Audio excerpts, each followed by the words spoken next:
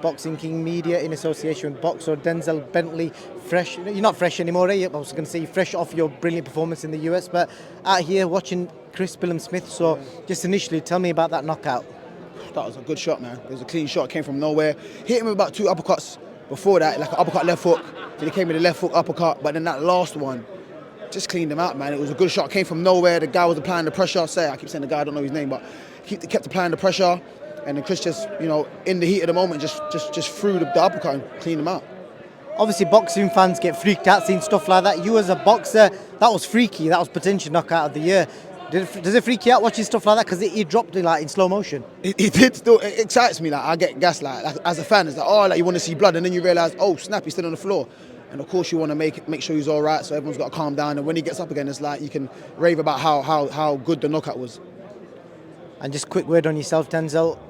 A few names have been mentioned. Hamzah, Sheeraz, who's obviously just had a good win recently as well. Yeah. Where do you want to go back? You obviously just competed at world level and you just come short. The scorecards didn't do you justice, but you just come short. I want to compete at world level, fringe world level, and at the moment, Hamzah isn't at that level. So that's a name that could potentially be there in the future. But as for right now, it doesn't make any sense for me.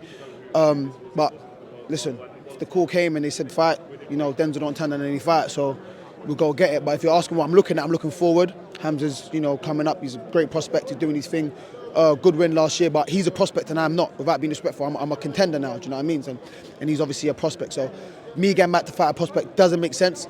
But if the fight presents itself and it's a big fight and it's a massive opportunity, then why not?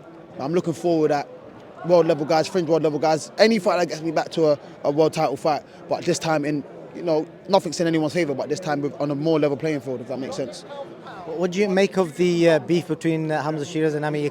You been watching it? I've seen it, but I'm not paying attention to that. I think that's just complete rubbish. I don't pay attention to that stuff. But I have seen it, and I don't know what's going on. It's baffled me, but I don't really care, if I'm being honest. And I always laugh. You probably bored of people praising you about your performance, because I know ultimately you went there to win, and people telling you that you did good probably doesn't feel as good to you. That's the sense I get from you. Yeah, no, do you know it is? It's all good praising, losing performance, even though I did well, but I think I'm getting praised because no one expected me to do that. I expected myself to do better. But one thing it has done is kept me not being too down about it. Like, do you know what I mean? All the praise I'm getting has shown that everyone's seen them at that level. So as time's gone by, I've learned to take the positives from it and what I can do, and that I am at that level, even though I did get there a bit early. But I think on my whole career, I've been jumping hurdles. I've been jumping at certain levels early. Like the British title, when I fought Mark Heffron, I was only 13-0, and he was about 25-1. You know what I mean? So, and look what he's gone and done exactly. So that's just the type of guy I am. I always jump at opportunities and, try to get the best results out of it. This time it didn't go my way, but there's positives to take from it. You must have obviously been paid really well. I'm not going to ask you how much you got paid, but have you treated yourself to anything nice? Not yet. I'm still thinking on what to buy, but I'm not a guy that wants to spend all my money. Do you know what I mean? I like seeing it in the bank. Obviously, I didn't get paid. No, like you said, no madness, no life-changing money, but it was good enough, for me to spoil myself and enjoy it. But I don't want to just make an impulsive decision just because it's my biggest purse. You know what I mean?